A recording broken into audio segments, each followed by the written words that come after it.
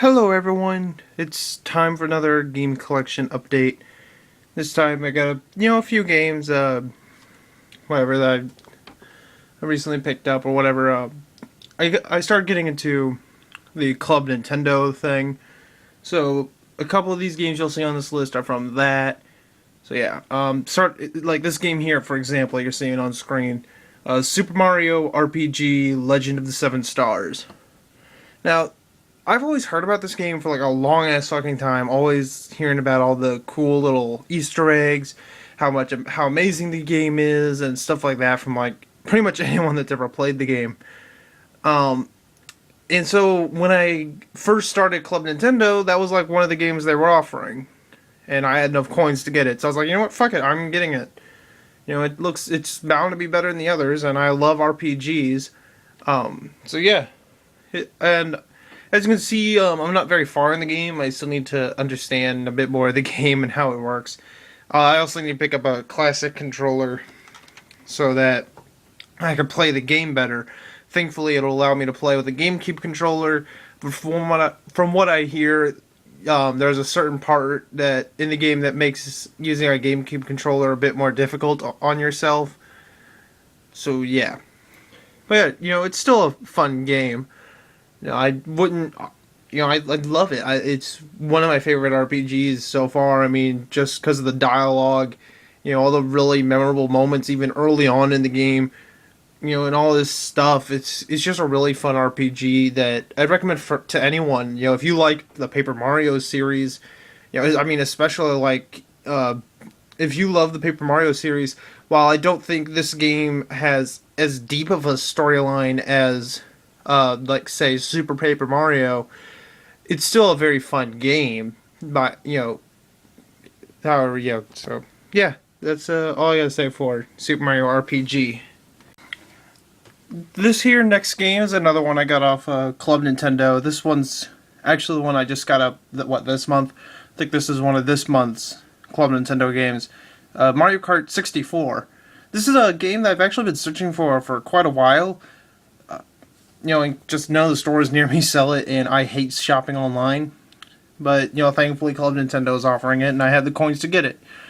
So, yeah, I mean, I don't play a whole lot of the Mario Kart games. I've played Mario Kart Double Dash. Like, I own Mario Kart Double Dash, and it's, like, my favorite one.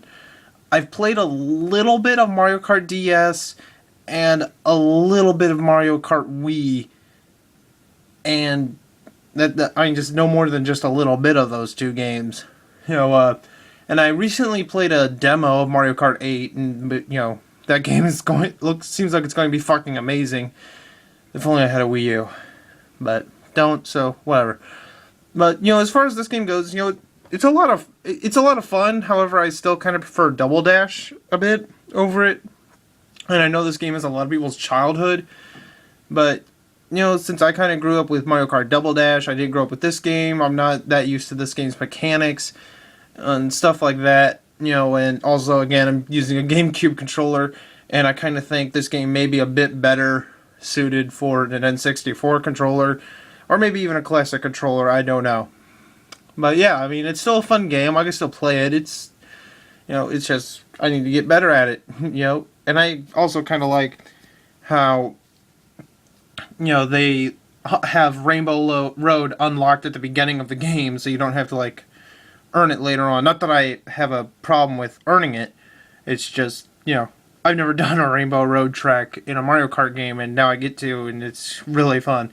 Because I've never unlocked it in Mario Kart Double Dash, and I haven't played much of any of the others. But, yeah, it's just your basic Mario Kart game, only with, less characters than the later installments, which is understandable. So, yeah. That's Mario Kart 64.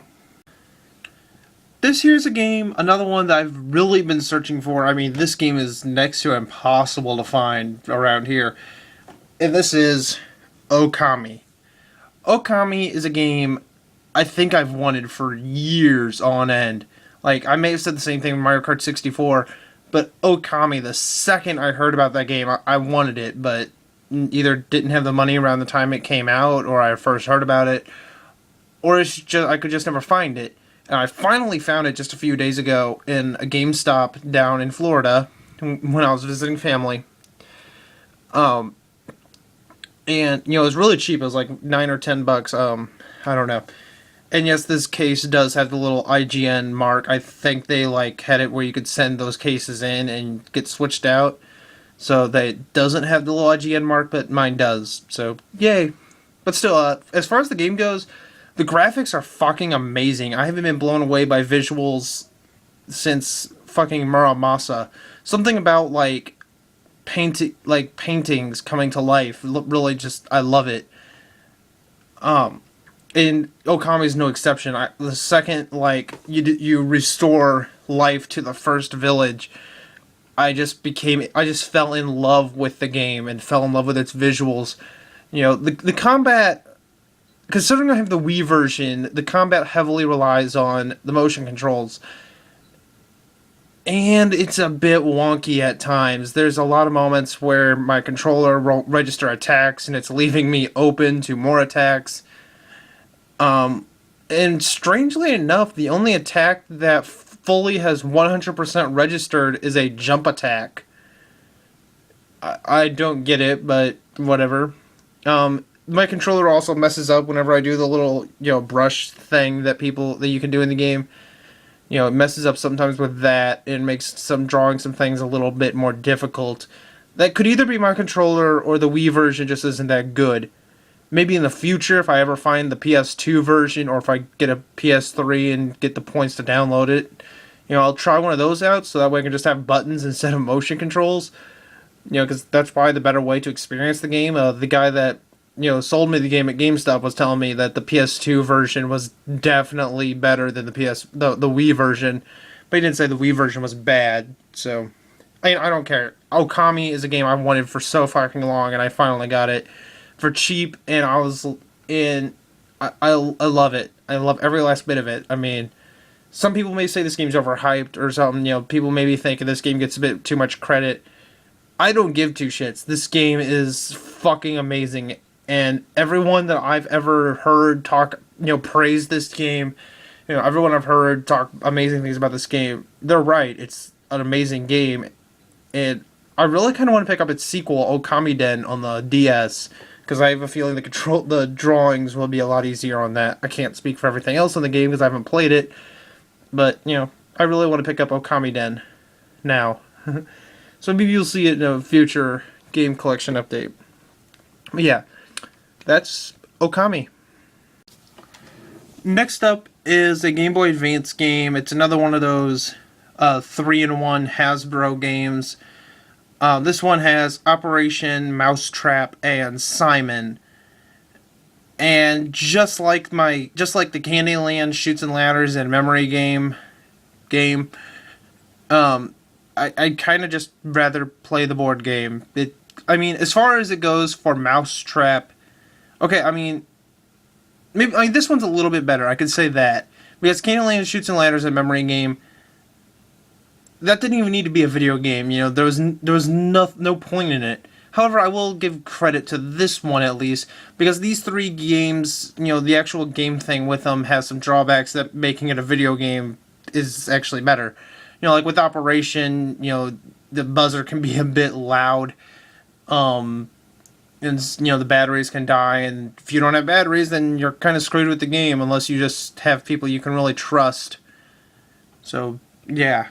But, then you get Mousetrap, which, when I was younger, the pieces to that, either we'd lose the pieces, or we could never figure out how the hell they worked, even with the instructions, or the damn thing wouldn't even fully go, the trap would never, fully set off, because of how complicated it is, so it kind of works better here. And Simon, again, a battery thing where, you don't have the batteries, you can't play it, but, now you have it on Game Boy Advance, so if your Game Boy Advance is charged, or you have a DS and it's charged, just pop these in. So yeah, while it is better than the Candyland Shoots and Ladders and Memory game thing, I can't really say it's, amazing. But if you really want to relive some childhood memories, I guess, pick this up. I don't know. I got it for free, so don't bug me too much about it. So, yeah. But that's, that game. So, yeah. Next up is another game I've had for a long time on the PlayStation. This one's just called Bowling. and it's kind of a fun game. I mean, just for an early play, I don't know if it's an early PlayStation, but for a PlayStation 1 game, it's not too bad. You got your regular 10-pin bowling, and then you got like 100-pin bowling or something like that. And that was a really fun game mode. It's I'd still love it, but even though we got the Wii Sports Resort Bowling, which also has a 100-pin mode, this is still a bit better. I mean, hell, if I'm bored, I'll pop this in and play it. But there's so many bowling games and they're all basically the same thing, and this one isn't much different other than it being on the PlayStation. Yeah, it's just a fun little bowling game. Although, if you really want a bowling game, I recommend several games over this thing. Like fucking, like I said, Wii Sports Resort Bowling, I think is a bit better.